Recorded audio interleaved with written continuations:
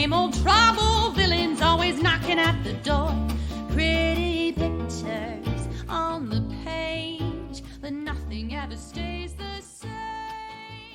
Thank you, Vandello, and welcome once again to Graphically Novel. My name is Josh Wasta, a.k.a. Fallout Fieri, and with me, twice in a day, as always, is my best friend, smart, funny, and a huge pain in the ass. My goose in a world full of cats. I was wondering if I was going to be the cat. You're going to be the flirkin? Heads bear.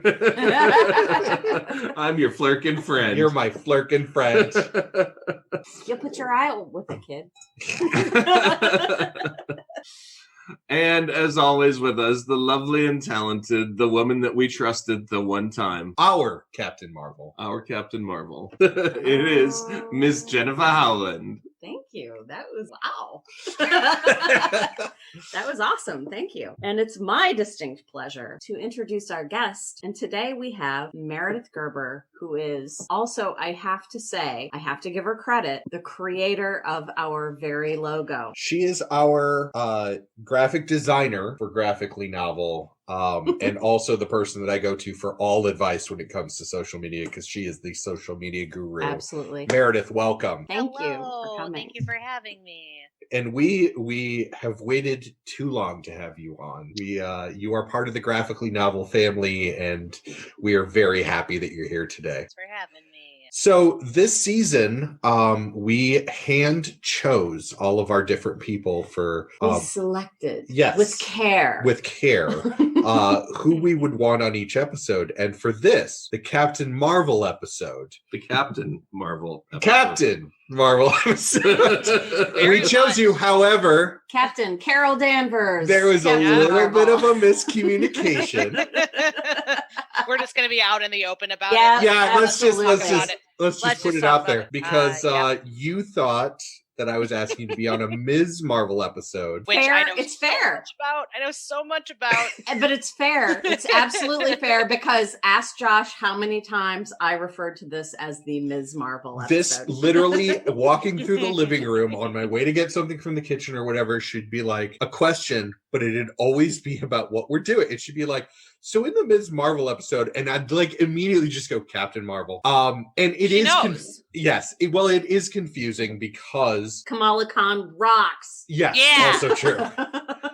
But Carol Danvers, Captain Marvel, Yes. was Ms. Marvel for years and years and years, way longer than she's been Captain Marvel. Captain Marvel was originally a dude named Marvel. It's a whole thing. They kind of got into it in the movie, but we will talk a little bit about Ms. Marvel, Kamala Khan, because that is the modern context of kind of Carol Danvers, what Carol Danvers was trying to do earlier, and that's why the name was passed on. So we'll get into it. But we did read Volume 1, Captain Marvel, Further, Higher, Faster. Further, Higher, Faster, More is actually the full title. And I have to, total aside, has nothing to do with anything here, but in the 80s, because of advertising, everything was better, faster, bigger, more. And so when I saw the title, it actually made me giggle quite a bit. You can tell that I'm younger than you because all I thought about was Daft Punk. Yeah, I was just going to say, we went straight to a Daft Punk song. Straight up. Well, I'll be over here with my Geritol and my AARP membership. One of those is true. Neither of them are Oh, true. okay. Your Metamucil's in the kitchen. It's for me. It's for you. Okay. Meredith, you haven't been on our show before, so please give us kind of a breakdown of your experience of graphic novels, comic books, their properties, the whole 9 yards. Yeah, absolutely.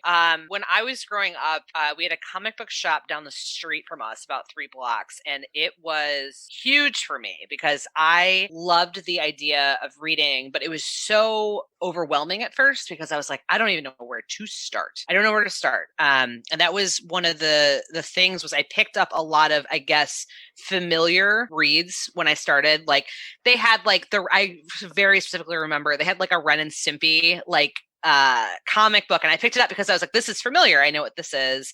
And this is what feels right. But at the same time, I would go to school and people would be talking about like X-Men and Avengers and things like that. And I didn't understand what that meant. So I started to look into X-Men specifically. And that's what kind of kept me through most of my comic history. Was I kind of stuck with that because that was what felt good and that's what felt familiar, that I didn't really start to go out until actually much later in life when like the movies came out, right? Like, because that was something that kind of kickstarted it, because I had friends like I know Leia, who's also going to be on your show. Who was just on our last show for New Mutants. Yep. Leia and JR and things like that. JR Green who was on our Lock and Key episode. There you go. They would start talking about things too, where they're like, oh my gosh, this comic book is fantastic and things like that. And so that's kind of what got me to spread my wings a little bit.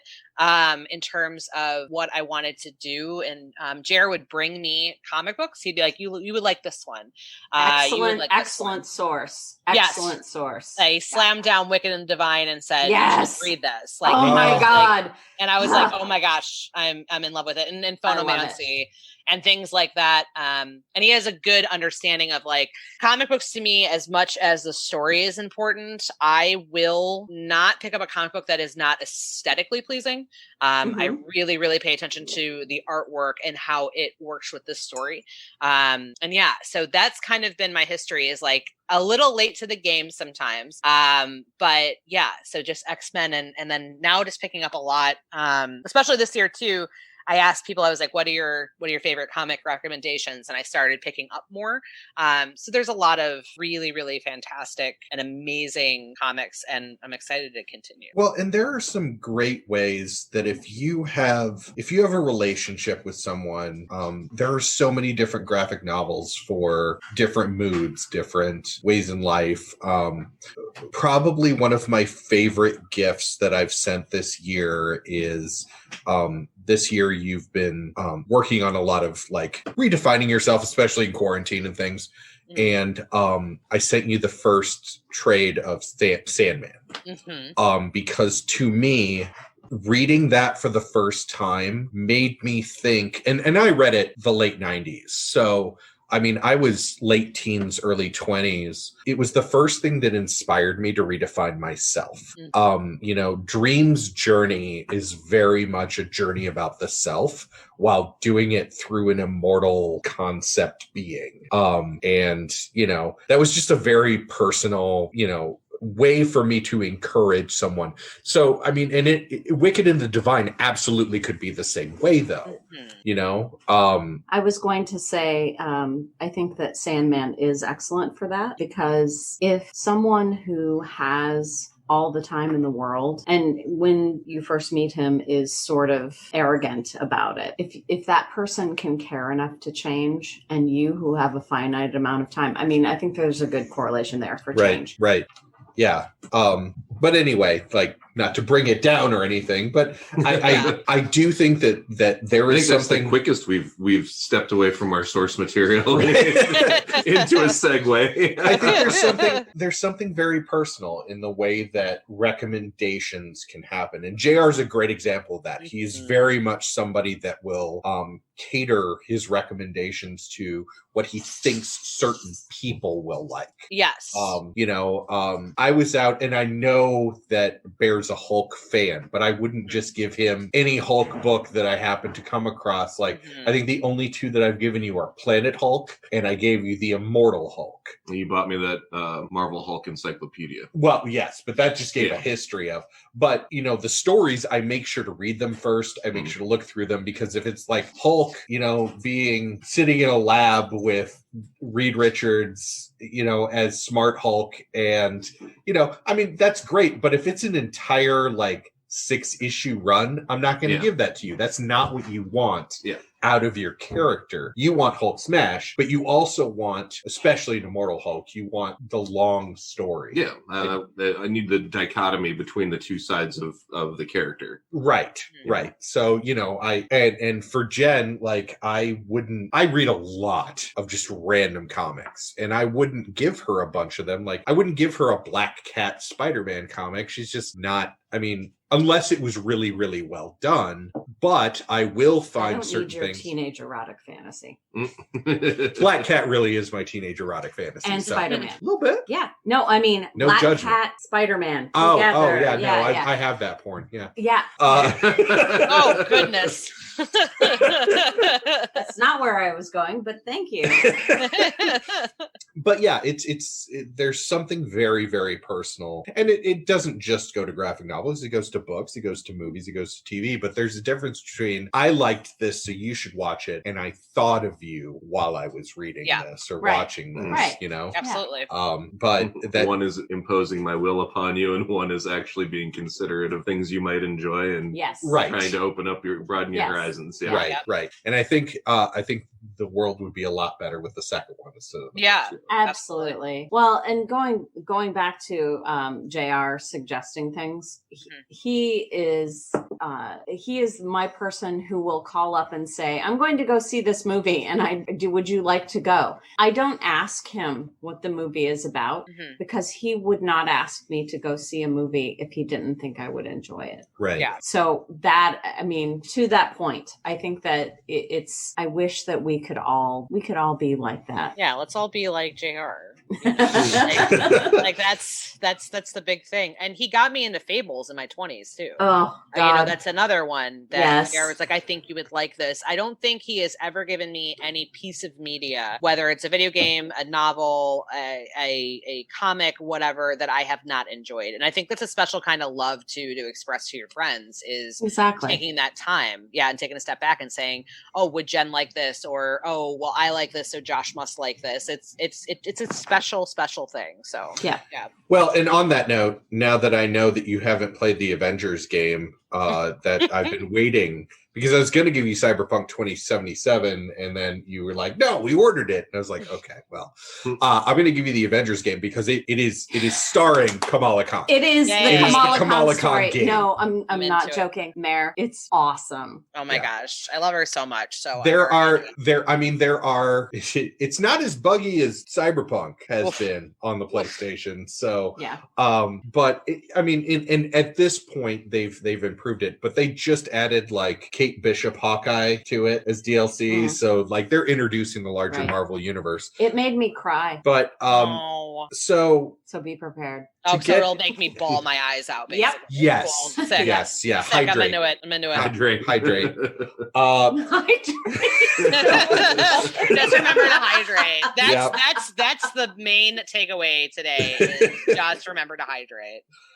So I do want to talk about Captain Marvel, and then we will get back to Ms. Marvel, because Ms. Marvel is kind of the inevitable next step to where Carol is. And I'm excited to talk about her place in the MCU, and what we're going to see from her. But to go back to Carol Danvers, we've only discussed Carol once before on this show, when we were talking about the worst Marvel plots that should not have existed. And I don't know if you remember, but when she was Ms. Marvel, she was on the Avengers, and was I on this show? Yes. Was I? There was basically it was later done as a Star Trek episode in Next Generation, but it was done in the comics, where an extraplanar being threw himself into her uterus, and she had a baby. She basically gave birth to the god. And like when she showed up pregnant, all the Avengers were like, oh yeah, we're so happy for you. Yeah. It was horribly problematic. Problematic. I'm finding it more problematic that I don't remember being on this episode. Are you sure I was on this episode? I know we've talked about it. Well, I'm not sure I was there. Okay. Maybe it was you and Bear. Was it? Maybe it was first season? Yeah. Anyway, moving on. Remember. But anyway. Because I would have a lot to say. I would have a lot to say TM about that. Yeah.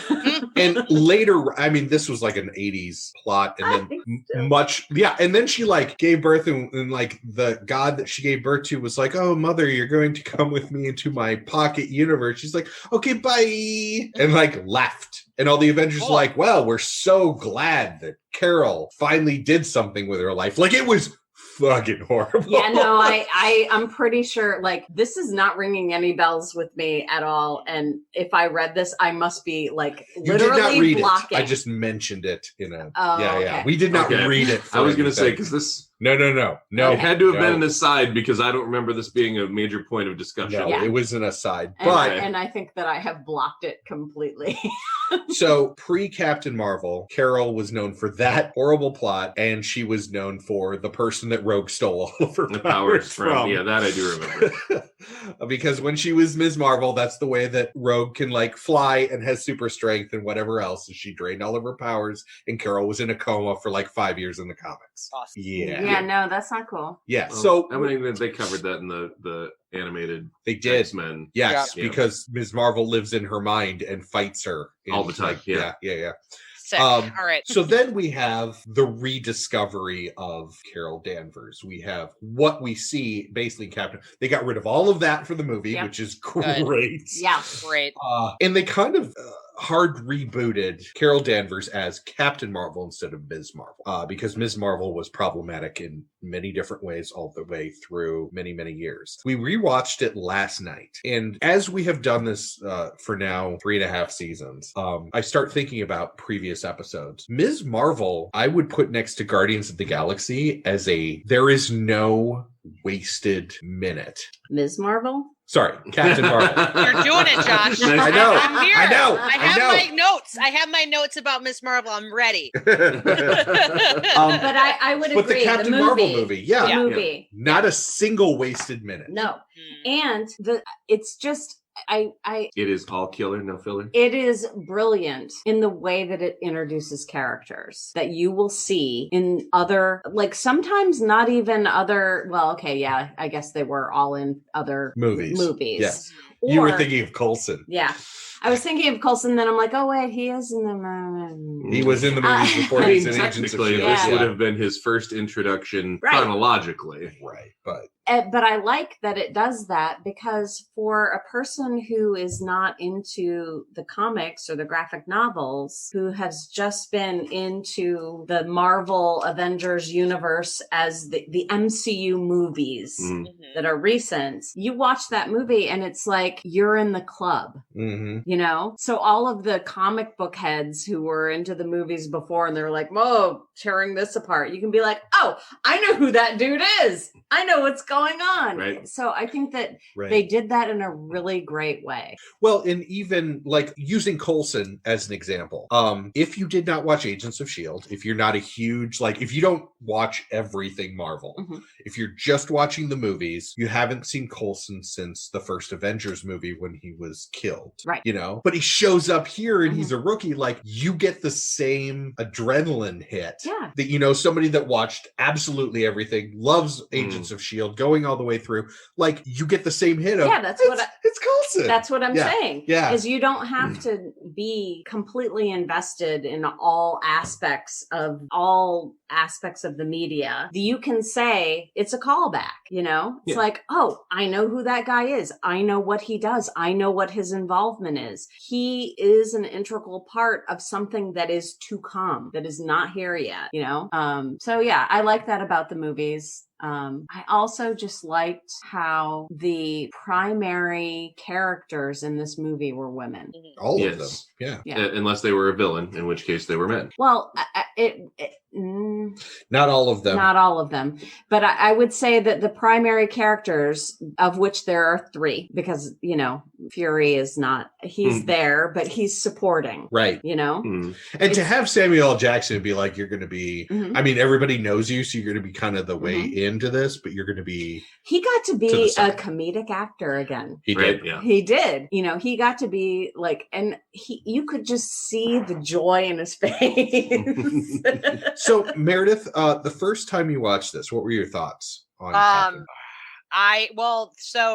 Just on the movie alone, like the thing I just off the bat, because again, we talk about aesthetics and something that I love is I really enjoyed the 90s feel of it. I think that was a good call out to a lot of us in the audience because it just clicked and it brings back that nostalgia, which is really good and really solid. And Jude Law is incredible. Yes. I need everyone to understand that I loved him. And it was really good.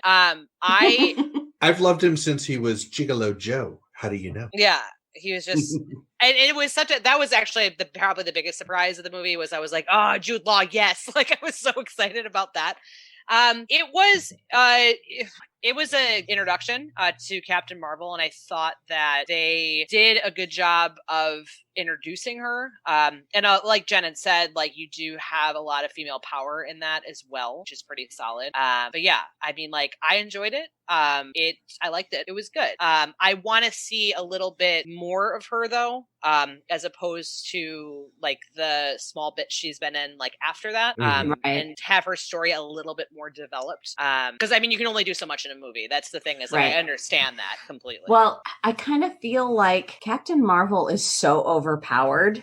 That's exactly where I was going. It's why you don't have Superman. It's why you can't have her. Like, I would like to see like what she's doing now that she is fully herself. That would be awesome to just have like another movie, another Captain Marvel movie of Carol Danvers being fucking awesome in outer space, protecting like all the galaxies, because it would be great. But we can't, like, I feel like she's only kind of at the tail end of a movie with other characters because she's so overpowered. Agreed. We've discussed it on the show before. I think it was Bear's point is that every Justice League story has to start with, what are you doing with Superman? Yeah. You know? And what I found... Why do you put him on the bench? Like, that's the whole thing. Yeah. Why isn't X character who has these godlike powers, why aren't they taking care of everything? At the beginning of every episode of Power Rangers, why don't they just form the Megazord right away and step on the motherfucker?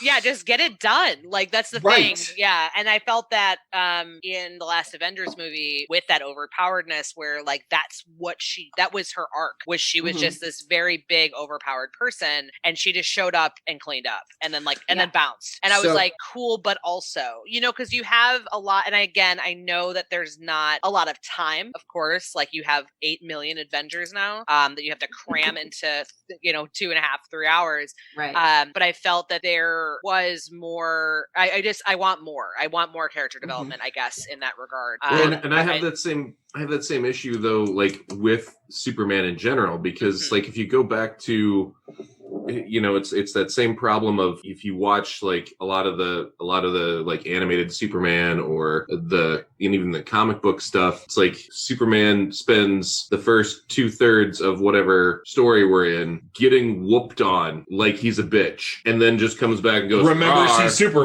he's Superman suddenly, and then just stomps on him. And it's just like, it seems like with somebody with that much power, we need to have a longer storyline to figure out some way to test them. And I just thought of something very interesting. So Superman was an alien from another planet who came to this planet, and he only protects this planet. I've got that and then right here. Carol Danvers is from here and was taken away to another planet. Avengers Endgame, she gets introduced. One of the first times you see her is when she's talking with Black Widow, and she says, "You're not the only planet that needs my help." Right. And she's actually from this planet. Right. Sisters are doing it for themselves and every fucking other galaxy, every other universe. But that's the thing is... Sorry. We're going to get some DC hate. I'm not sorry. Really. I'm sorry. We're going to get some DC hate in this episode. We're also going to get some feminist hate because... And that's a later question. We'll see when we get into that. But there are two people in the DC side that you can easily compare Carol Danvers to. And one is Superman. We've covered that. The other is Wonder Woman. Wonder Woman is a god. Yeah. Mm-hmm. Carol Danvers is human. Right? Yeah. Okay. So, but that goes back to what do you care about? Right. You know? And, I think that in the movie, especially, Carol Danvers she's been told all of her life that she can't be. Mm-hmm. You are a female. Mm-hmm. You can't be X. It's an algebraic equation. Female is less than. It is either X. less than or not equal to. Right. X. Yeah. And so her whole existence before the accident, whatever happens to her to turn her into Captain Marvel, is trying to prove, like the fights in the bar, everything is saying the test piloting, because they won't let her actually be in a fighter jet. An actual fighter jet. Yeah, is saying my gender does not define me. So, but I feel sorry. It was a long road, and I'm there now. So Wonder Woman is a god. Superman is an alien. They don't have any reason to step out. They've not been pushed. Wonder Woman, yes, she cares. She cares a lot. We care a lot. Anyway, she cares. Superman, who fucking knows what his motivations are, really? Pussy. Yeah. Who cares? But Carol Danvers she's motivated by being told what she can't do. Yeah. Which Wonder Woman did not have, because Wonder Woman grew up on an island full of women. But she was told, but they told her it wasn't her time yet. Right. They never told her she couldn't do it. Right. They said, you need to wait until it's your time. Well, and that brings us to Wonder Woman 84. Fuck. Which, I hated that movie. Spoiler alert, I have not watched, but my experience has been, Josh, has been my experience. I've also read a few articles, and so it's full disclosure, my understanding of it is based on other people's reviews of it.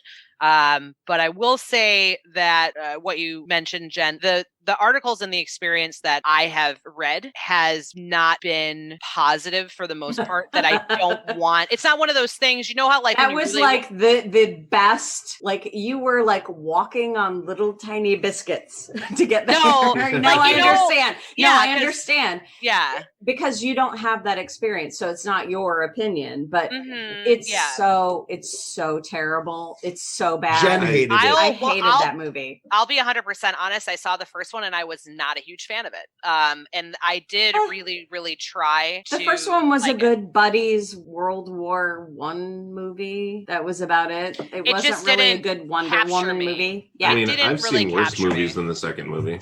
Well, the first movie I liked just because of the buddy aspect of it, like the team. I liked the team. It wasn't about the Wonder Woman mythos. So to walk away, since Meredith hasn't seen it, the question that I had, and I'm going to leave this to Meredith and Jen, and Bear and I will lean back and stay out of it. What is Speak for yourself? I might step in and get bloody. Okay. What is the difference between, if I were to say this phrase? Okay. I believe that Wonder Woman, we'll talk about the first Wonder Woman movie. Yeah, because that's easy. Wonder Woman is passive feminism, whereas Captain Marvel is active feminism. I can see that. No, you're right. I'll sit out because I'm not even sure I could tell the difference between those two terms. Well, because I think that Wonder Woman is compassionate and she sees right and wrong. Wonder Woman it's not about trying to change the way people think about other people. She's just trying to save people. She's trying to protect people. She's not trying to push anyone to think differently. Carol Danvers, Captain Marvel, is actively trying to get people to think about women differently, which is feminism. Wonder Woman is humanism. Captain Marvel is feminism. Wonder Woman wants people to be kind to other people generally, which is great. Generally, until she decides that somebody's got to die because she's willing to do that. Whereas but people like Superman aren't. But she's not trying to say women can do things. She's just doing them. Passive. That's passive feminism. She's trying to do the right thing, and she's doing it even though people don't believe women can do them. She's just doing it. Carol Danvers is doing things because people are telling her that women can't do these things. Yeah. Mayor? Yeah, I mean, like, same look. Like, even though my experience with the Captain Marvel movie was okay. You know what I mean? Like, it didn't grab me like a lot of people. But if we're comparing the two of them, I'm very much on Jen's side with this too. And the other thing too with if we're comparing the movies, Carol, regardless of my opinion of it, has this, you see this like long challenge struggle. You see what she's doing and that she's proving this, and you have these really strong female heroes around her. And you look back at Wonder Woman, and when I experienced it, I was like, okay, these people like hang out on, again, this is my only exploration into DC was this first movie for Wonder Woman. She does it like Jen said, like it's passive. You know what I mean? Like it's not this overwhelming like challenge ladder that you get to see of like and motivators and things like that. She just does it, which is fine. But it doesn't make it for me. It doesn't make it identifiable. I feel like I can identify more with Carol and say, okay, this makes sense to me. Like, okay, I've been there. Okay, I get it. You know, like I get that. Right. Diana, and this is when I'm going to jump in, Go ahead. doesn't have an oppressor. Right. Exactly. And that's what I was going to Diana say. just Can't really be an oppressor because she's a god. Right, because other gods are her oppressors. Sure. You look at the last fight of the first Wonder Woman movie, it's against another god. It's this huge, like, knockdown, drag out. The last fight of Captain Marvel is her blasting the dude and saying, I have nothing to prove to you. Yeah. Which was such, I mean, I'm a middle-aged white dude. I mean, I'm just saying, I felt that resonate in me. Like, I felt that power and being like, fuck yeah. I have nothing to prove to you. Yes. I am who I am. I don't have to prove a fucking thing to you. Especially not to prove something to you on your terms. Right, exactly. Yeah. And I feel like Wonder Woman is like, she was raised where she was raised. She's a god, whatever. But when she's thrown into the culture that we are all aware of, she doesn't view, like, it's not feminism because she doesn't see. Because she's ignoring it. She That's doesn't not a see thing. that. Yeah, she has not been indoctrinated into that way of thinking. And she doesn't. So when people treat her differently, she's just like, I don't understand why you're treating me this way. I'm going to behave the way I'm going to behave. Yes. Which also #God. Yeah, because you have stuck a deity into a world of mortals. Right. So it doesn't make a exactly. difference. The deity's going to do what the deity's going to do. So it's not really feminism. So There's no stakes. Yeah, there's no stakes. That's Can I do the finger to the nose? Ding ding ding ding ding ding ding ding. Thank you, Bear. Yeah. That's not feminism. Yeah. Doing what? Yeah. No, it's just not. So to pull us a little bit back from where we're getting angry mail, mostly from Kat. I want to talk about some of the pairs on screen, specifically who is working together and how they're working off of each other. Because earlier, Jen, you talked about Sam Jackson being able to do a comedic role, which we've seen normally with Coulson. Yep. Coulson provides some really good comic relief while being the S.H.I.E.L.D. agent and bringing that in. But we talked several times watching it this time. And I'm going to stop you right now because I just want everyone to know how happy it makes Josh to see the chemistry between the actress that plays Carol Danvers, Brie Larson, and Fury, and Samuel Jackson in this movie. Because I think you actually giggled a couple of times. If anyone out here has not watched Captain Marvel recently, like I'd say post Endgame, if you have not watched Captain Marvel, it's such a fun movie. Breath of air, fresh air.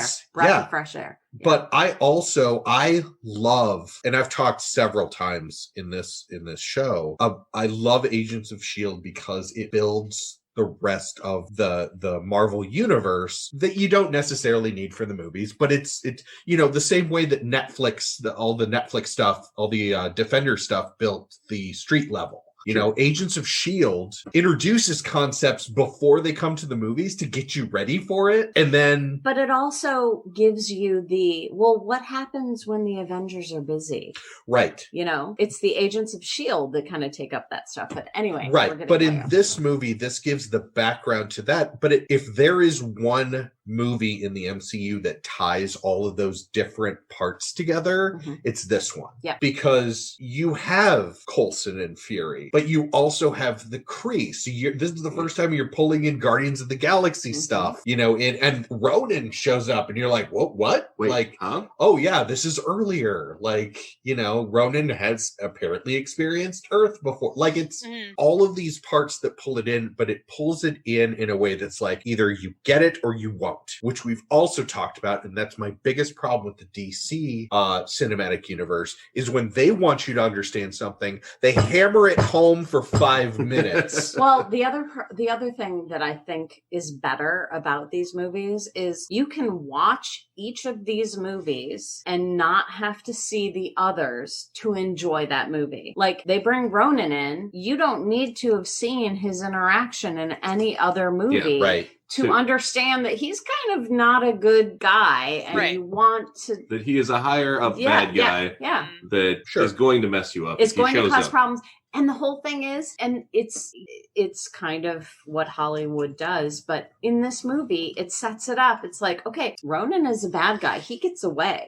Carol is out there in space. Is she going after him? Does she know to go after him? She doesn't know that he was there. You know, it's like, ooh, are we going to have a sequel to Captain Marvel because Ronan's there? And, you know, so I think there was a missed opportunity. Well, and so you have these two parts, because the Marvel Universe at its core, and the thing that I really wish more, not just DC, but more of these shared universe idea movies would do. Ant-Man is a heist movie. Captain America, Winter Soldier, and by comparison, most of the S.H.I.E.L.D. stuff is a spy movie. Yep. Guardians of the Galaxy was a space opera. You know, you start looking at all of these different movies and they're different genres. And then here in Captain Marvel, essentially, it was a dramatic comedy that pulled everything together. Or an action comedy that pulled everything together. Yeah. All of those disparate pieces. And they did it specifically between Avengers... Oh my God, I can't remember the one before Endgame. Infinity War, thank you. Infinity War and Endgame. Like, this was the filler to give you a little bit of fun backstory, so you understood the other parts of... And I mean, there's a Tesseract in there, and there's like, you know, throwbacks to the Guardians of the Galaxy, and it's prepping you. Well, and that's why I think that movie was genius for people who had only seen the MCU movies and weren't into the comics, because there were so many callbacks in Captain America. Right. Yeah. You know, it was Tesseract, it was Ronan, it was Coulson, it was Fury being only be called his eye patch and only being called Fury. Yep. You know, and I only ever trusted one person, and that's how I lost my eye. Yeah. Right. You know, exactly. Trusted the cat. Yeah. Well, and that's the thing is, and that was, we've naturally brought it to a question that I was going to ask later. So I'm going to stop it and bring it up now. Okay. Because it also pulls into things like The Mandalorian. I personally love fan service. I do. I love being on the inner knowledge of what's going on. And especially in the second season of The Mandalorian, there was a lot of it. I'm not getting into details. I'm not going to spoil anything. But no, there was a lot of what... Explain what you mean. There were characters from the greater Star Wars. There were characters that you knew that I didn't in the second. Callbacks. It's not even callbacks. Okay. It's tying things together. All right. That's because what a Easter callback eggs. is. That's Easter what a eggs. callback is. Yeah. Okay. Well, not even Easter eggs. It's you had watched certain parts of the Star Wars larger universe that I had not. And those characters showed up in the second season of The Mandalorian. Yeah. And you were super excited about it. And you were like, oh my God, let me tell you why this is amazing. But again, I could have just watched it and been like, wow, that person's a badass. Right. You know? Right. And that's the biggest complaint that I keep hearing from people is like, oh, it was nothing but fan service. I'm like, what is the difference between fan service and pulling a universe together? Okay. My take on that is, if that character only serves to excite people who who know who that character is and has nothing to do with Nothing to offer the nothing actual to plot line. offer nothing to offer the plot line, has nothing to do what's going on, has nothing of value to serve what's going on in that current plot line. That's fan service and should be kicked to the curb. Okay. So you separate fan service and pulling a universe together, Yes. or callbacks, Yes. as you were saying. Okay. Yes. Because if that character serves to connect what's going on to something else, even if you're watching it for the first time and you don't understand that it connects it to something else, it makes sense to you in that first time you're watching. And if you don't watch anything else, that's fine. Right. It doesn't need to be any more than that because it makes sense in where it is. If it's just like there and you're like, what the fuck was that? And then you learn that you have to go back and know about this or that or the other thing. Like when you're watching, That's bullshit. like when you're watching the Star Wars movies, episodes 1, 2, and 3, and you see the Senate scenes and you see the E.T. the aliens. ET aliens. I am offended that you are calling them the wrong things. Hi, I'm old. Yes, I saw Star Wars, the original movie, in the theater. Fuck you. She's got more geek cred than we do. But yes, I think that if you have a scene like that, like you're talking about, and people are like, oh my God, I know that character. I've seen that character. I remember that. I think that that's amazing. As long as it doesn't, like, the plot of what's going on doesn't rely on you knowing who those people are. No, but it does go back and tell you that ET was a Jedi. That's fantastic. How else is he going to pick up these bikes and That's have them fly fantastic. through the Yeah. air? And he can touch people and heal he's using the Force. Yeah. So, in a way we on this show talk about this a lot, but I want to talk about the soundtrack for Ms. Marvel, because a lot of the soundtracks that we've discussed on this show have been 80s soundtracks. And that very much is, we look at Deadly Class, we look at what are some of the other 80s based. I mean, we've done a lot of them. I don't know, but I want to stop you there and say that this is a tie-in to the graphic novel, because music, even though it wasn't explicitly stated what it was very important in the graphic novel, because there was a character that always asked for music. Yeah. Jackie was like, give me something I can dance to. Jackie, the person that you said was Ahsoka. Ahsoka from Clone Wars. I mean, Well, it was Ahsoka in another universe, Right. because Jackie was not as disciplined as Ahsoka becomes. So I will say I've gone on record as saying I do not like a lot of Space Marvel comics. I have not minded the movies or anything because they do it in a way that I've really appreciated. But Space Marvel tends to, in my opinion, get up its own ass. Guardians of the Galaxy, especially. Yes. I think he was probably going to comment on Green Lantern. Well, we haven't gotten there yet. Shit. Soon. But this doesn't do that to me. Right. This did not, because of the characters, not just Carol, but like you're saying, Jackie, you have this character that shows up on this planet and is just your flippant mechanic person, but the translator, Warrior the way that goddess. the way that she describes her job, she's a mechanic, but the translator comes through as warrior goddess. Well, she's an engineer. Right. And the defense minister. Right. But the translator comes out as, who are you? I'm a warrior goddess. And then like at one point the person in charge is like, okay, that's not the best translation. And she's like, yeah, it is. That's the translation I'm using. And Carol Danvers says, works for me. Yeah. I mean, and that again, it is that attitude, keeping it light. And Guardians of the Galaxy tries to do that, but I think that, and Guardians of the Galaxy is in this book. And they are fun and flippant and more like Bear what got you would... Cho-O'd back. Yeah, no, that was me. But I also think that they, It's true. it's true. It's true. I think that they, Guardians of the Galaxy were closer to what we experienced in the movies. Right. And maybe the way that they characterized the characters for the movies came from not the Guardians of the Galaxy's movies or comic books themselves, but like where they show up in other places, because they weren't as much, I mean, I think we've said this way too much up their ass, but they were like too serious and too whatever. The thing that I liked about this showing of Guardians of the Galaxy is how Star-Lord's lineage got them in trouble. Right. Yeah. Right. Which we've seen in the second Guardians of the Galaxy movie, and then it becomes a kind of a thing. But I don't want to spoilers for the comic, but also my thoughts about the movie, about how like the main characters of the movie were women. It's kind of that way in the graphic novel as well. The main characters, are you checking off the things that you wrote notes about that?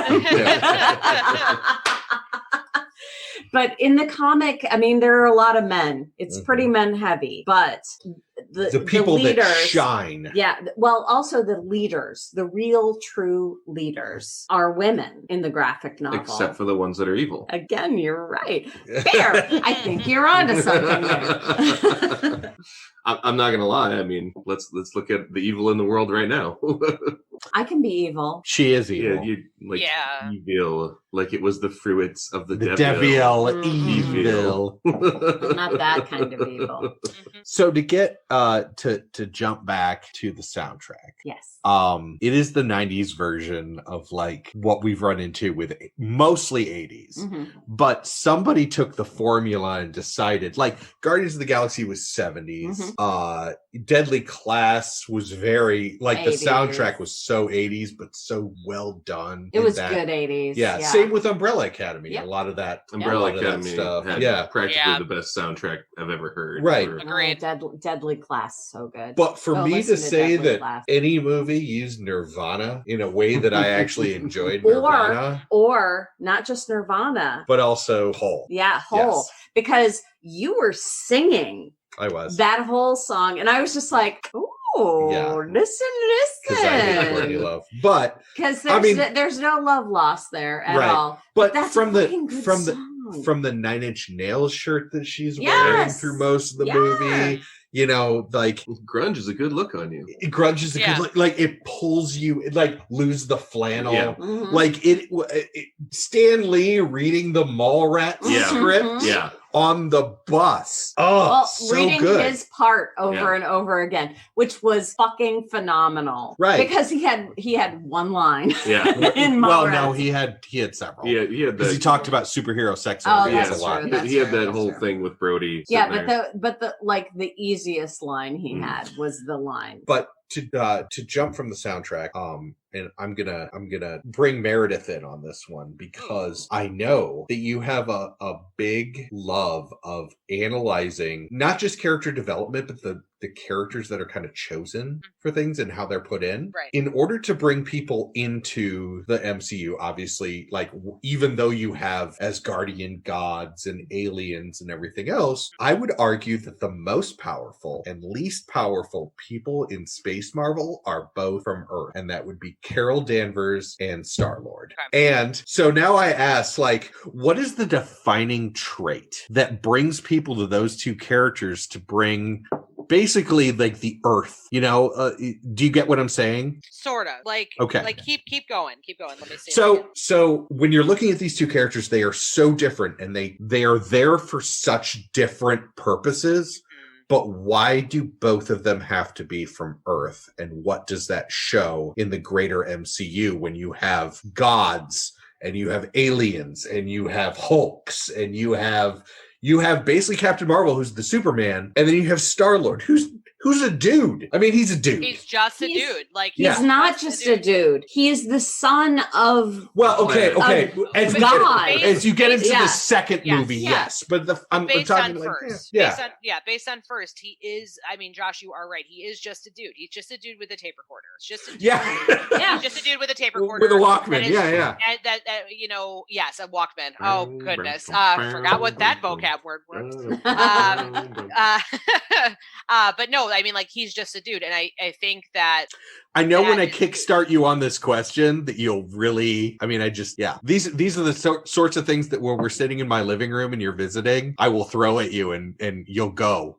Yeah, because it's, I mean, both for me, like, I like that aspect that yes, they are from Earth, and I think it gives them some essentially again, we're talking about identifiable characters. It gives them some way to identify, right? Like, and when they're from Earth, like, regardless of what they do, regardless of what Carol does, regardless of what Star-Lord does at the point that they're at now, yes, Carol's flying around space and punching dudes in the face, like, we know that, right? But like, there's some humanity to it, I guess you could say. Like, and that is, I think, lost with a lot of other characters across DC and Marvel, is that they don't have that moment where they're just from Earth. They are just humans. They are just flawed. They are just these relatable things. Yeah, they're relatable, and you can sit there and say, oh, okay, like, Star-Lord's going through this struggle, like, that I can identify with. Carol is going through this tough challenge that, oh my gosh, I have been there. But like, when you look at characters like Superman and Wonder Woman, like, they're A, not from Earth, B, they're like there's no identifiable traits where I'm like, oh, I'm watching a superhero movie where those challenges don't come up. Like, they have challenge, like, they have space challenges and God challenges, which is not identifiable. It just that's they both grew up in happy, loving homes that make them less interesting. Exactly. Yeah. Well, and not just that, like, Superman was raised as a human. Right. But Superman is not human. He's not. It loses that element that you But he also came from, he loses that element exactly because what hurdles has he had to overcome? Other than death.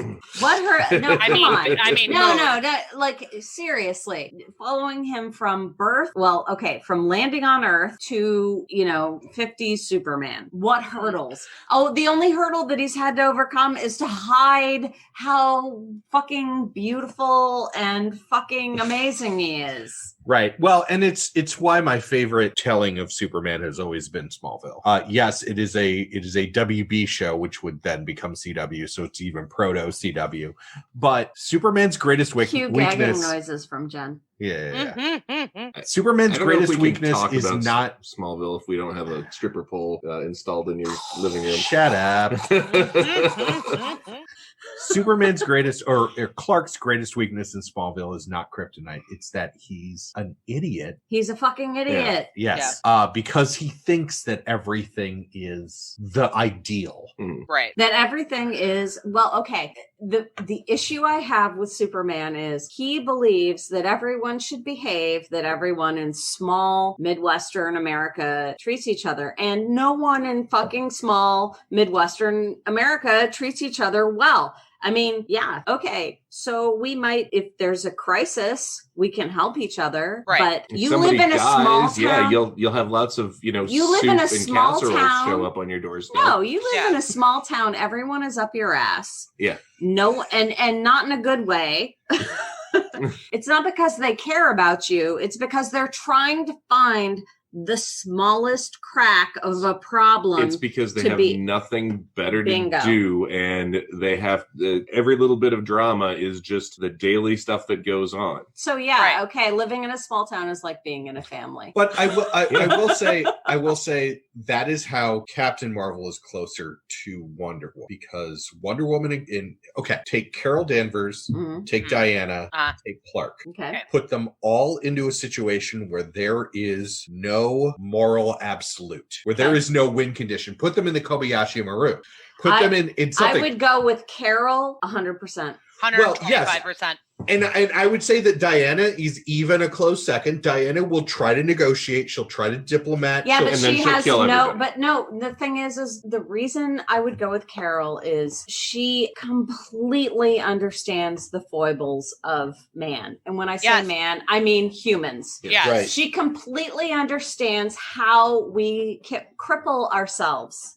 She completely understands how we have the potential to be so much, and yet so petty. And yet we stop each other from being the best things we can be. Diana comes from a culture where we know everything and everyone supports everyone. There is no one that doesn't support the other. And if we do, it's in such a minor way that it's laughable. Yeah. And Superman, fuck Superman. I have to kind of agree with Jen on this because I have the same feelings about Superman. Again, my thoughts about DC aside, like Superman just, and you mentioned, Josh, that like, yes, he was raised human and things like that, but like that all goes away. And I think that he has no teaching. Well, and shout out to like Kat and Loopy, who are the DC people that I go to and I say, make me like Superman. And I find that most of their examples that are sent to me are showing not Superman, but showing Clark. Yeah. And my favorite Superman comic, which one of the only ones I actually own, is American Alien. It was done by Max Landis. I understand that he in of himself is problematic, and we can get into the discussion of artists versus their works again.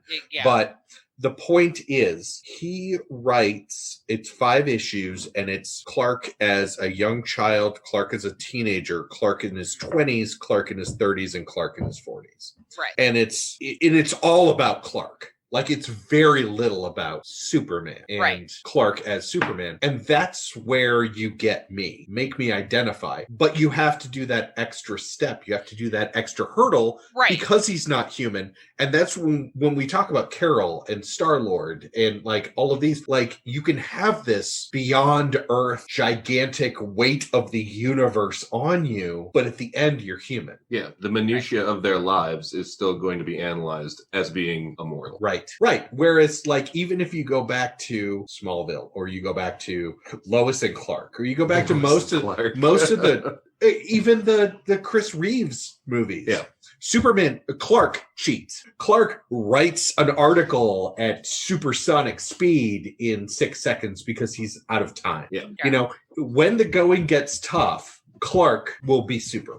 And most of our other heroes, that if they're human, that's not the first thing they think of. They don't think of their powers. No. Carol specifically is so tied because her powers were not something that she's always had, is that she just wants to deck a dude, and sometimes she shoots a photon beam at them. Depends. Yeah. Depends on the situation. Right. Well, and I wanted to bring up one thing. What was it? What was the movie? Brightburn.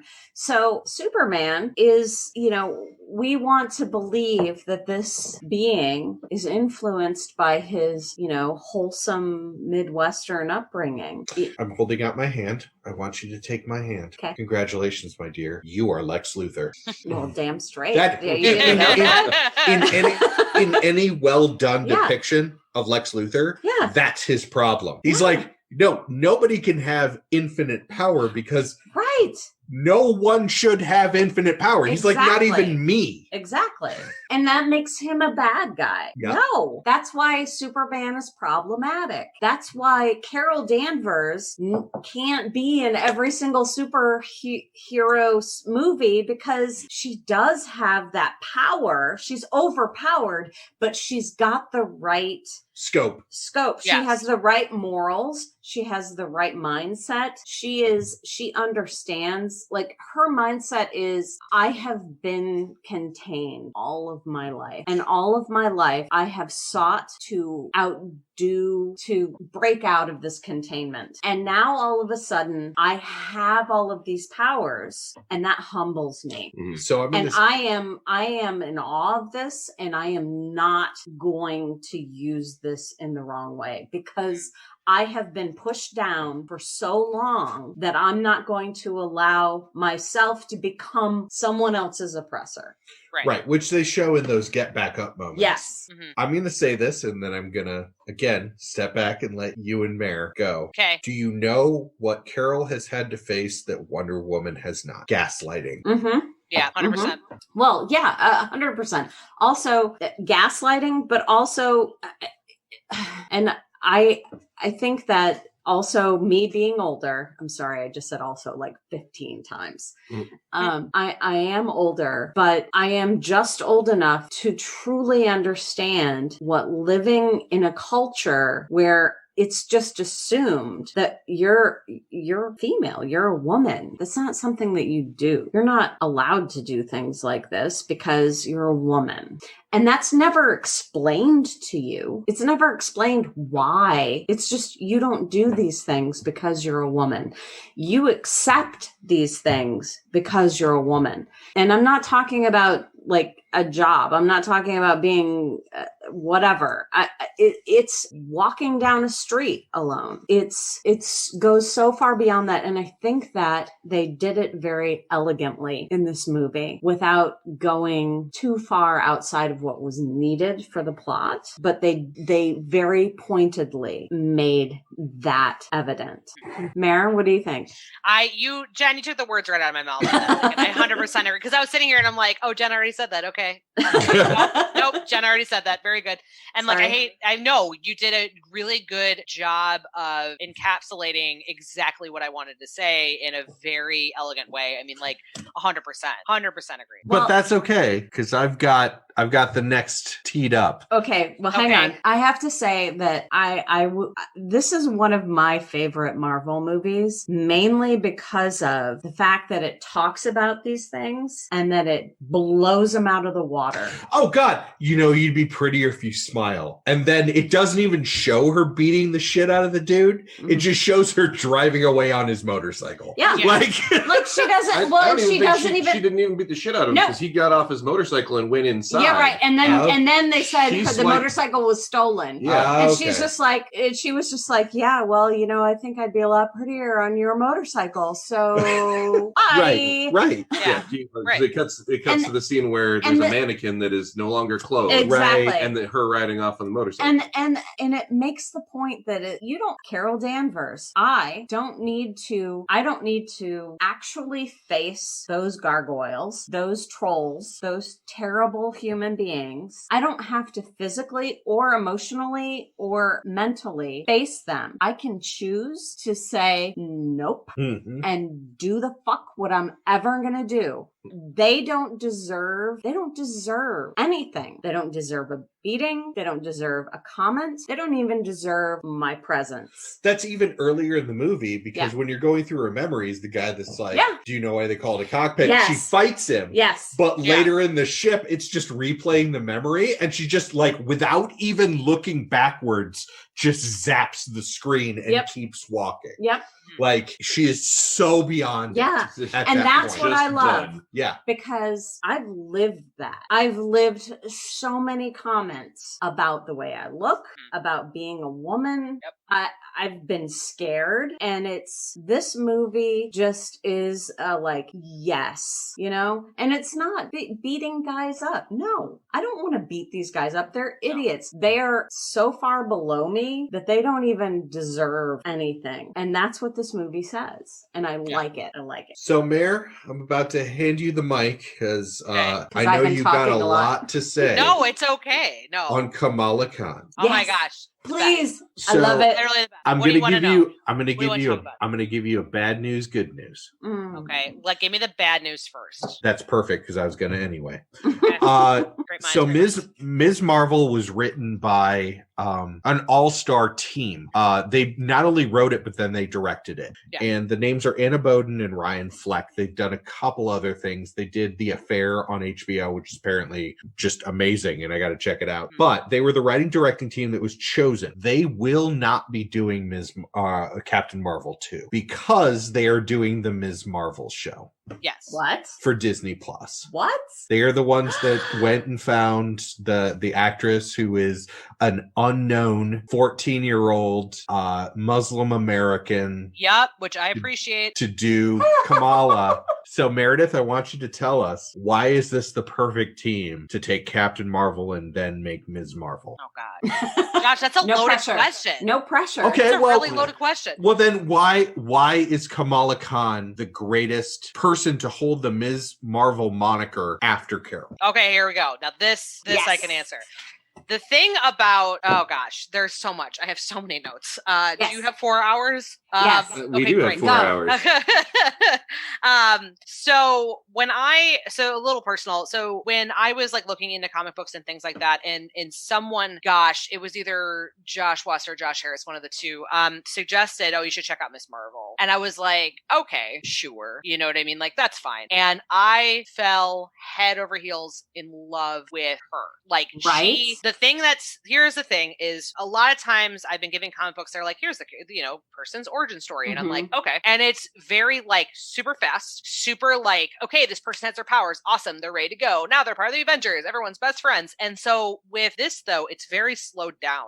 Yes. You meet Kamala Khan. She's 16. She is this Pakistani American. She is a normal 16-year-old. And the thing that they do is they really, really slow down her origin story. She absolutely has this, we talked about this humanization. She has this humanization that all of us have been through in high school, where she's like, I don't want to be who I am. She's, she's jealous of the blonde girls. She's jealous of the popular girls. She has her parents breathing down her neck, essentially being like, when are you going to, accept your roots? Like, when are you going to pay more attention to this? And that's the type of struggles that I, as a person, have dealt with. And I know so many people have. And that's what is so great about her. And she's this fan of the Avengers. So like, there's that, like, I like kind of that like weird window where it's like, okay, like the Avengers already exist. They're already there. You know what I mean? She's not just someone who's going to like get whapped with super serum, or get, shipped off to a military base or whatever. She's just a 16-year-old girl doing her best. Meredith, just real quick, an interjection. Yeah. The first hour of the Avengers video game is that Kamala's been invited to a giant Avengers Day thing because of her fan fiction. Yep. Yeah. That's the thing though, is she's just this normal person. She's normal. And I think that's really cool about it. And I mean, and the friends she has and stuff like that. And the whole thing that makes her great is after she gets changed, she becomes Miss Marvel. After she gets changed, 1, she has no idea what the hell she's doing. 2, she is so invigorated and being like, I'm Miss Marvel. I'm going to help out the community. I'm going to do all these things. And she bombs. She fails. Yep. She bombs and bombs. And the thing is too, is like her best friend, like Bruno's just like, this is all dangerous. And she's like, I don't care. I'm going to do it. Because that's how you are at 16. Yeah. Right. 16, you go through that where you're like, fuck the system, fuck my parents, I don't give a shit, right? Yep. Bomb. Sabrina, no. Sabrina, yes. Yeah. But then you bomb, and the thing is about the first trade is like, you don't get this perfectly sculpted superhero. And she does the thing that they don't show also in a lot, and I know that they do in some comics, I'm sure. I'm not saying this has never happened. They do it in the Flash show. Because Barry fucks the world so many times. Yeah, and she fails. I mean, like one of the first, I think the second time she goes to save Bruno's brother, she's like, all the superheroes have it together. They have it together. They don't need a plan. They don't need anything. So I don't. And she bombs. And like, that's cool to say, hey, like she's flawed in that way. And maybe superheroes don't have it all together. And it brings this very wholesome idea back that like, some superheroes that we look up to might not have those, you know what I mean? And it's good too for the generation growing up now with comic books to say, oh my gosh, like she's just like me. Like she's not perfect. You know what I mean? She didn't get her powers and boom, she's saving everybody. Right. And that's and it's also great because her 2 main mentors are Carol Danvers and Peter Parker. Right. Yep. And she ships them. She wants them to be her parents. Yeah. 100%. And like, it's so funny because she just doesn't understand that they have separate lives or whatever. Right. No, because she's 16. Right. And it's so good because she gets you're gonna fuck up, and Carol and Pete are the perfect 2 to be like, you're gonna fuck up. No, you're really going to. And I feel that's important too, because I feel that if she had any other mentors, then it would have gone a different direction, because most of her ideas of superheroes are were from the Avengers and some of them quote unquote flawless. Right. Yes. And so I think that's Tony good. thinks he's flawless. So, Well, yeah. you know. And I But think still. that it's important, and it's really a handoff. I mean, the only reason that Carol is more in control of her powers is because she's been trained. Right. She's been trained to use the powers that she has. And Kamala has, like, she doesn't even know what her powers are. And then they happen, and she's just like, I don't know what to do with this. How is this helpful? Yeah. You know, she's got to figure out, how to control it. Then she's got to figure out how that can be helpful, you know. Yeah. And they have that happen, like literally where she's like, oh, I can stretch. That's great. And then like she gets shot. She gets straight up shot. Mm-hmm. And like there's this very dramatic moment where you're like, all right, like, is this it? And then boom, she has healing powers. But that's it's a nice progression. It's like she is leveling up each time. Yes. She's learning something new. And the more she accepts who she is, which is the moral of the story, the more she accepts who she is, it's easier to use her powers. I was going to actually, you just segued into what I was going to. Her powers are so poignant because it's body dysmorphia. Yeah. Like what she can do with her body is, you know, for a 16-year-old in our world today, a 16-year-old woman who has a hard time coming to terms with the body that they have, and then to have a body that can do the things that her body can do is just like, the fact, I'm just going to say she's fucking awesome because, you know, it's like, oh, okay, this is my body. And oh shit, like my arms are super long and my hands are fucking huge. What, you know? Yeah. I think that is an interesting superpower to give to a woman at this point in time. Well, it's pretty much the same powers that Mr. Fantastic of the Fantastic Four has. Oh, you but mean she does them. No, Stretch not Armstrong? Stretch Armstrong. No, I saw that. I saw that happen in real time. But she uses them so differently. Like she does, but the thing is like you've got.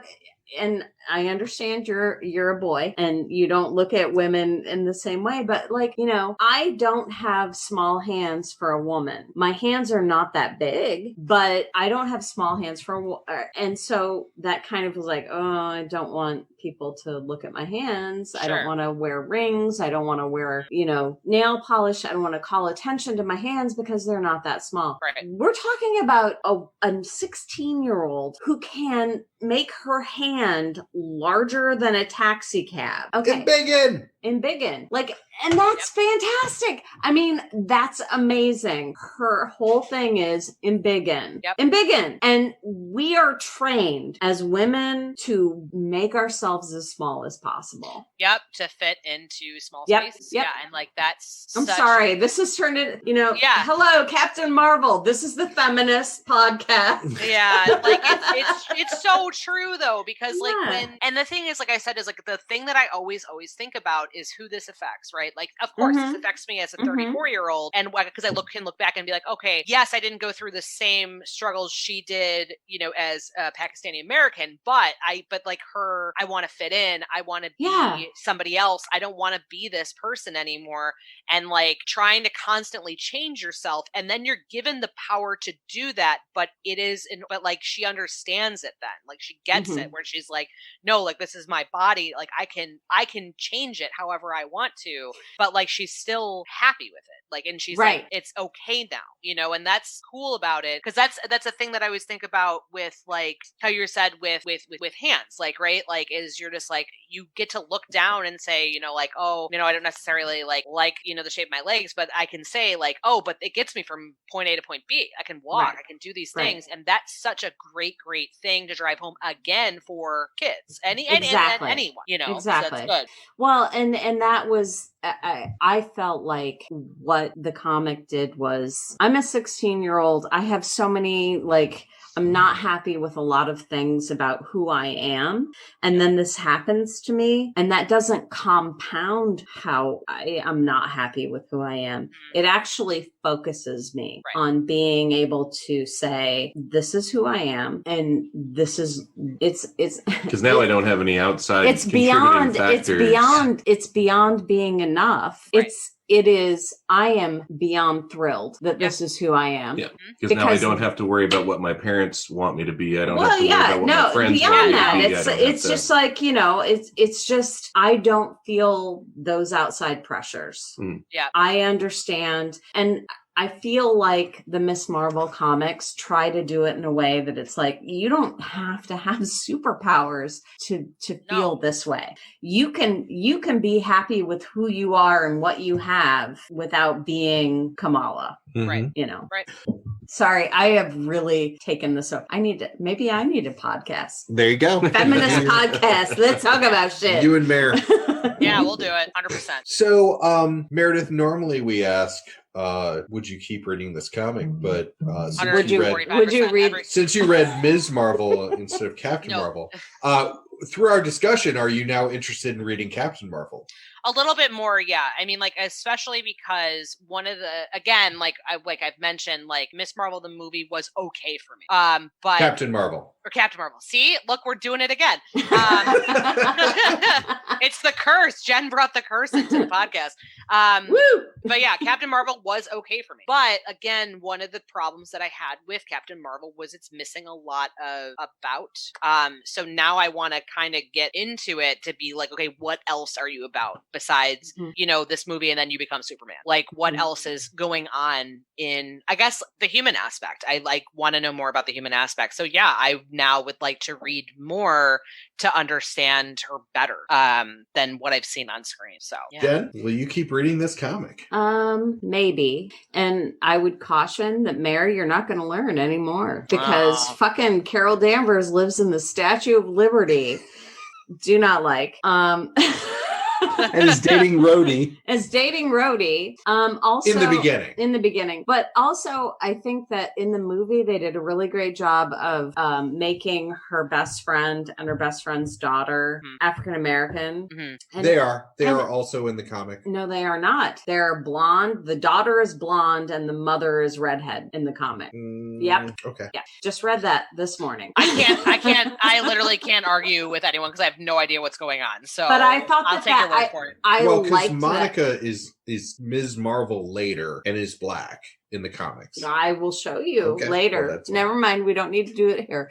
Anyway, I just, the comic itself was interesting, and it was, no, it wasn't. It had similar aspects, protecting people that you don't think need to be protected, kind of finding them a home world, Yeah, it is similar. So it's similar, but in a different way. And I think that it was, in the movie, it was done in a way that tied it into other movies. In the comic, actually really supported more of the women as leaders and men as villains, as Bear likes to say.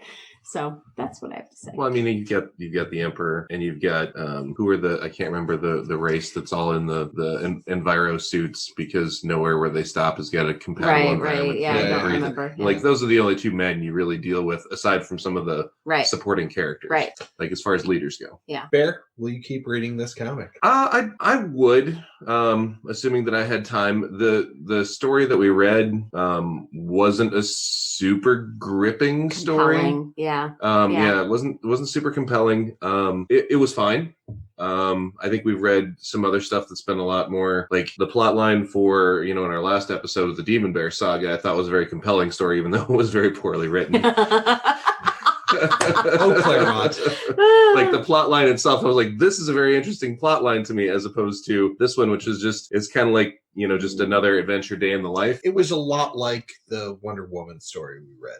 Yeah. Person goes to another planet and is supposed to be the diplomatic. Yeah. I actually appreciated that one a little bit more because it had some decent little flashbacks, and it incorporated a little more going back to the island and whatnot, Right. to Themyscira and stuff. Like I said, it wasn't a bad story. It just wasn't as compelling as some of the other stuff that we read. I'd like to maybe read some more and see if they've got, some more compelling story arcs. So I will tell you, the one little spoiler that I will give from the comic that we have not discussed is that Goose the cat does exist in the actual universe, but his name is Chewie. Yes. Or her name. Aww. Her name is Chewie. Her name is Chewie.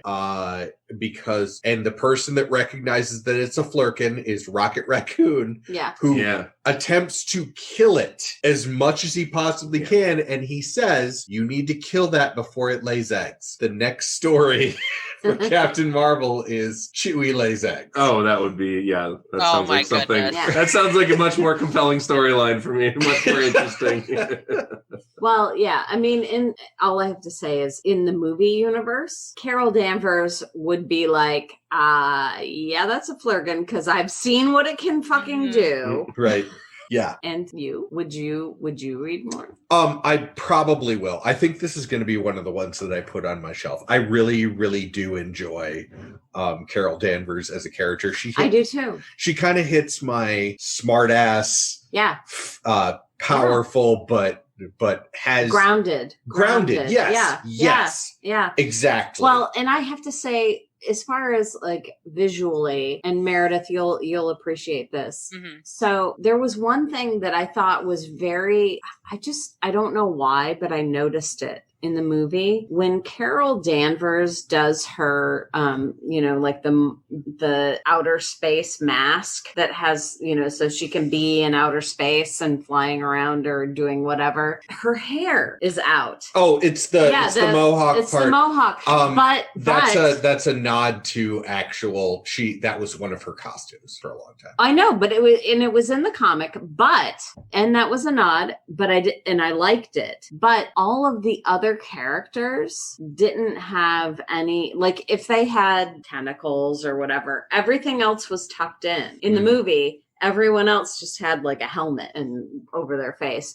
And hers just looked like kind of a natural extension of who she was. Her punk rock kind of. Well, not just punk rock, but it was just like, it looked more natural. It didn't look like she needed to have a specific outfit or uniform or armor to make that happen. It's just like, it just happened. Like on everyone else, it was like, oh yes, I've got this suit that does this thing. Mm-hmm. And on her, it just looked like, oh yeah, this is just what happens when I go into space. Well, and one of the other parts, not specifically about that, but more about costumes, is when Monica, the kid, is going through all of her different costumes. All of those are costumes that she's had throughout the many years. Funny. Oh, awesome. Yeah. And I really liked, by the way, her relationship with her best friend and Maria. Okay, so maybe that's another thing I didn't like about the graphic novel is it really didn't speak to how close they were. Carol and Maria were, and I suppose we needed to see earlier issues maybe to see their relationship, but... Right. Well, and this is also going to be one of my last little pokes to when we do future episodes. But WandaVision, we have watched a lot of those trailers. Mm-hmm. The woman that shows up and doesn't know like why she's there or whatever, the black woman, that's Monica. That's an older version of the child from Captain Marvel. So that character is also going to be, as is Darcy from Thor, the Kat Dennings character. So they're pulling a lot of the secondary characters. So the first Thor, when he was... First and second. Well, and he's got, what's her name's in there that he's supposed to be dating? The actress. All right, get the D out. She had a rap. Natalie Portman, there you go. Yeah. Nice. Her assistant. Her assistant in the first couple of movies. Was Kat Dennings. Okay. Yeah. She's going to be in WandaVision. But they're pulling a lot of like the secondary characters into WandaVision. So Monica's story is actually going to continue in WandaVision. Nice. I like it. And they're going to use that as kind of the good. So I'm really excited about that because I did also like that don't hate me. I don't dislike Kat Dennings. There's just one place that I thought she was not appropriate. So. Sandman, the audiobook. Yes, thank you. She just. Oh. Meredith, thank you so much for coming on to the show. Do you have Thanks for having me. Do you have any plugs or anything you would like? Oh yeah, come on. What you got going on, Meredith? Oh gosh, I have so much going on. Can I talk about like my real life stuff? Yes, do it. Yes. Do it. All right. Okay, I'm doing it. Okay. So my main job is Drive-Thru RPG. Yes. But the thing I want to tell you guys about Drive-Thru RPG is we do have, and this is relevant, we do have a site called Drive-Thru Comics as well, where you can get a lot of comics, especially we have a lot of we have Aspen, we have a lot of big companies, but we have a lot of independent companies too. So it's a really, really good place to go if you're looking for new comics, which is awesome. What else do I have going on? Oh my gosh, I'm like, of course, like it's like I'm blanking on like all the things I do. You are a social media guru. I'm a social media coordinator, specifically for Yesper Games, as there's a video game publishing company. Check that out. I do art direction for Onyx Path Publishing, doing that as well. You can find more about me on my website at meredithgerber.com. Follow me on Twitter at Meredith Gerber, and you can follow me on Instagram at Meredith A. Gerber.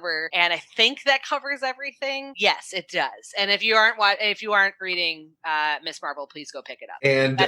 And you will be doing the logo if Leigh and I ever get this conversation. Yes. Well, we already also, discussed it. Everyone should know while you were doing that, I was like cheering, thumbs up, yay. I was like physically manifesting. Please follow Meredith. Check out her work. If you need do anything, do it. Artist wise, she is amazing. Thank you so much. Like literally, okay. So the graphically novel logo, you can look at it. I love that you straightened out your shirt and did the Vanna White with your shirt, even though we have no video for that. Well, Meredith can see it. Yeah, I can see it. I matter. She did the logo basically based on a very, very rudimentary idea of what I thought the show was going to be. Yeah. And encapsulated it. Yeah, it's perfect. Great. It's great. Yeah. And also, I mean, seriously, I wasn't gesticulating wildly out of nowhere. Meredith does amazing work. And I'm not being paid for this. No. I want people to understand that she puts so much heart and soul into what she does, and it shows. It absolutely shows. Check out what she does. I'm sure you'll love it. I know I do. Yeah, thank you. Oh, we're gonna make her break down. So y'all are the greatest. Well, and we'll see you as soon as the world stops ending. Yes. Yeah. God, first up, I told them at the top of this show that the second we get the approval that it's safe and it's okay, whatever that weekend is, I don't care if we have plans already, we will cancel them. Well, and you gotta grab JR and Leia because I have written the second part of Riverdale Weekend. Oh my gosh. Shit. No, well, when we come up there, we're doing Chicago. Oh, that's right. It is Chicago. It better not. I was going to say it better not be two. hot as fuck because Jesus Christ. Yeah, we were melting. Yeah, to give the listeners a quick thing is Josh and I don't do things in halves. No, we are extra as fuck. Yes. So when we do themed weekends, which is kind of like, it's just become a thing when we go to Iowa. It's just like we have a themed weekend and it's like we have themed food or we have a themed game or a themed movie or whatever. We go all out. So we were going to do kind of a Chicago weekend where we played Vampire the Masquerade, which is a tabletop game. Mike Tomasek, who will hopefully be on your second show, wrote for in Chicago by Night. We were going to do a session, like a one-shot session, and then Josh was going to create Chicago dishes from Chicago chefs. So because again, we don't do things in halves. So hopefully, and that started. Wait, you're bringing the Malort, right? Duh. Yeah. Okay, cool. And It's not that bad. No, it's awesome. It is that bad. But that all started because we had a weekend for Jen's birthday, and I did a little Fears weekend, and I started the day where everybody had to wear jammy jams and watch their favorite cartoons and eat cereal, and like because Little Fears is a game where you're playing a child, so we spent a child day until we played the game. And that was kind of our first majorly themed weekend. That was in a rental, wasn't it? Yeah, it was. Oh shit! Yeah, that was a tiny house. It was a cute house, but and Josh of course went out because again we don't do things in halves. Right. Mm-hmm. Right. No, I actually bought a princess cake, awesome. like an 8-year-old Disney princess cake that we ate, and also Assassin's Creed, which is a big thing, and we ate a lot of French food, and that's when we found out that Jenn and the same weekend. No, you came to us that weekend. Yeah, I was going to say because that was the weekend that Josh and I went shopping, and then we came home with the stuff for the charcuterie board, and you and Mike looked at each other and said, "Nah," grabbed your keys, left, and came back with a ton of cheese and meats and delicious things that we had for our charcuterie board. Right, of course. Right. The first Tour de Fucked Up weekend was the one where Jenn and Hollywood can't be trusted next to a bakery. No, because they bought like 8 loaves of bread. No. You're misstating. You couldn't appropriately enjoy the bounty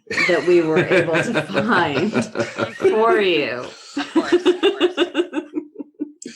Anyway, thank you so much, Meredith. We'll cut it off, but we'll absolutely keep talking. Yes. But please, everyone, join us next time when we will have Roger McCready here, and we will be talking about Green Lantern. Oh, yay. I have no predisposed information, so this will be awesome. Hey, it's a Ryan Reynolds movie. Okay. I'm all for Ryan Reynolds is great. Yeah. Okay. So this will be a fun episode. Tune in next time. And until then, take it away, Vandello.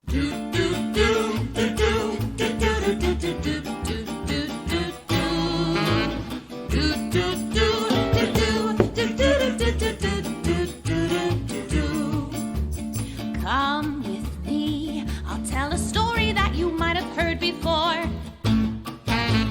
Graphically novel, but the same old trouble. Villains always knocking at the door. Pretty pictures on the page, but nothing ever stays the same. Do do do do do do do do do do.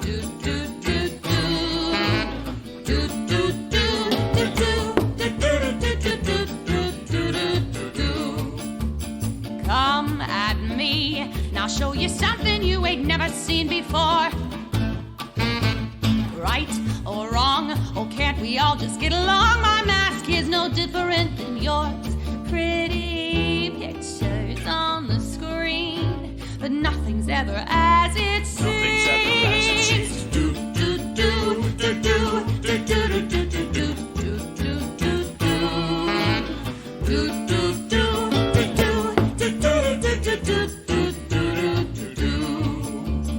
Hero or villain, loved or hated by millions. Maybe it's wrong, maybe it's right, but you don't want to see my back.